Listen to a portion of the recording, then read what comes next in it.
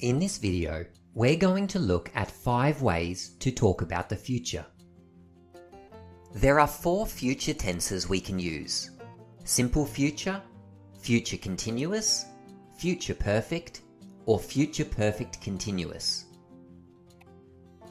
We will start with simple future. Simple future is formed by using the word will followed by the base form of a verb, like in this sentence: I will make dinner. Simple future is used for actions that haven't happened yet, but will start and end in the future. For example, she will go to the cinema. I will see you later. He will drive his car.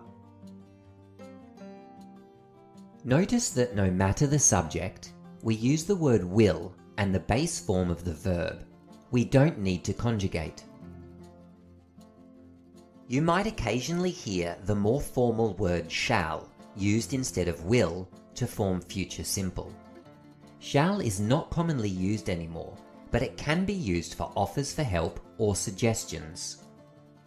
For example, shall I bring some wine?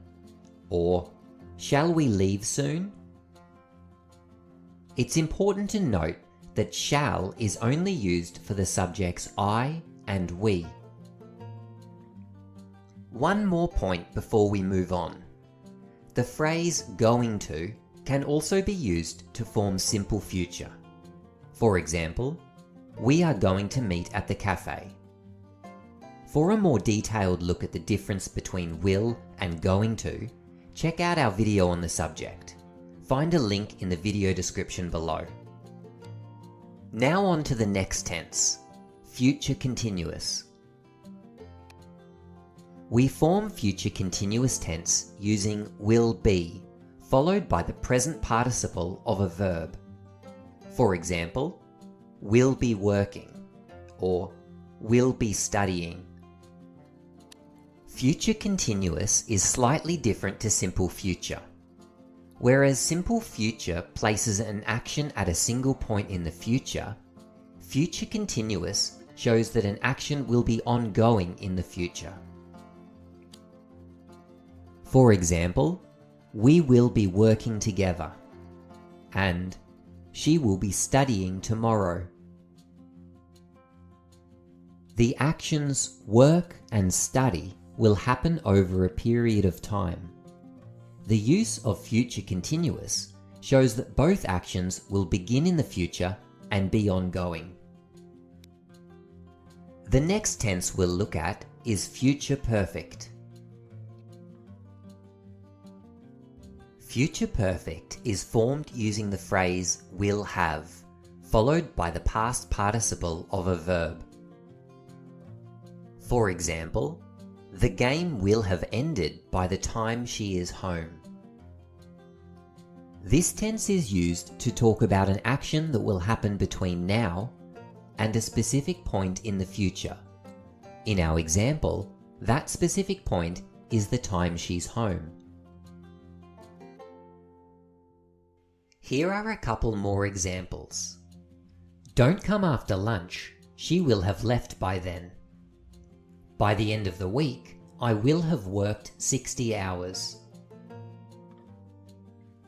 Here are the specific points in the future. Then, referring to after lunch, and by the end of the week.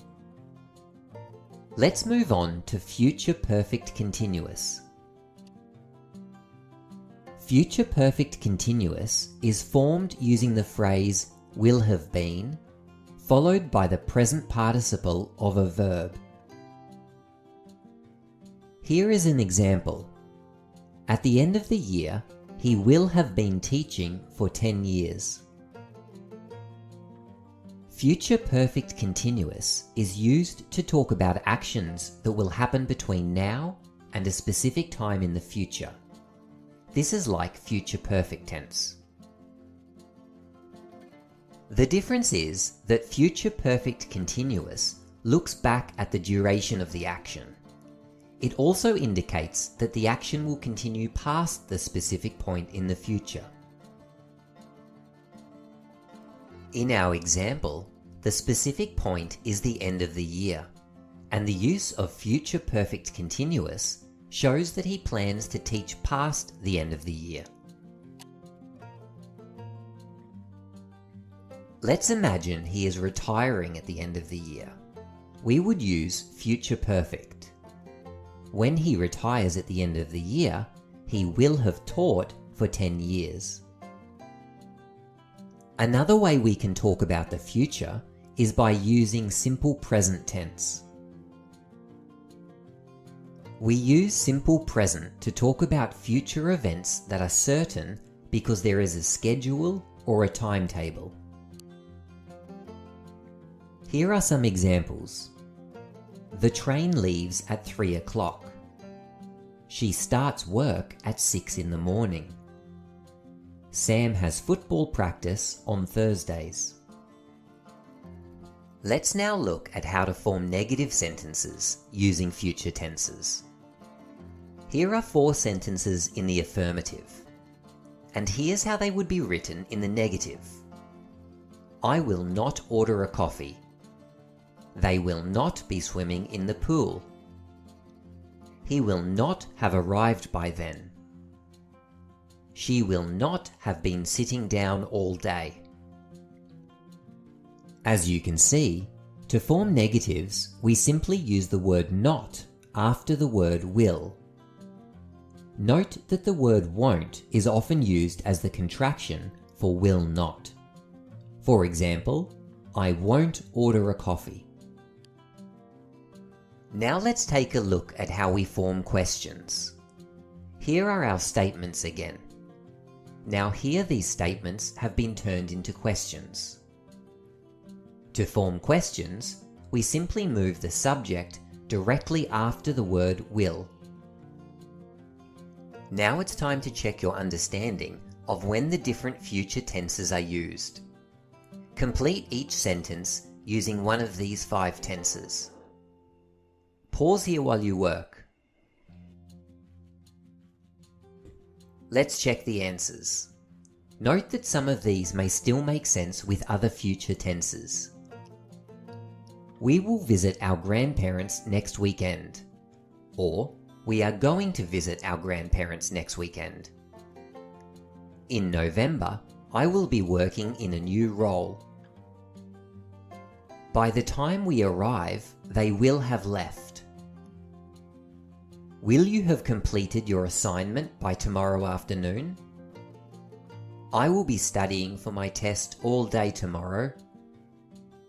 The game starts at 7 p.m.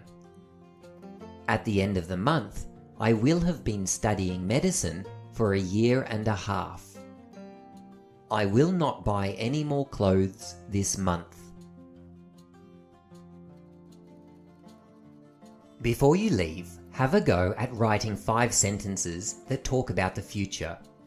One for each of the 5 tenses we've looked at. If you like, share your sentences in the comments below. Hope to see you soon for the next lesson. EasyTeaching.net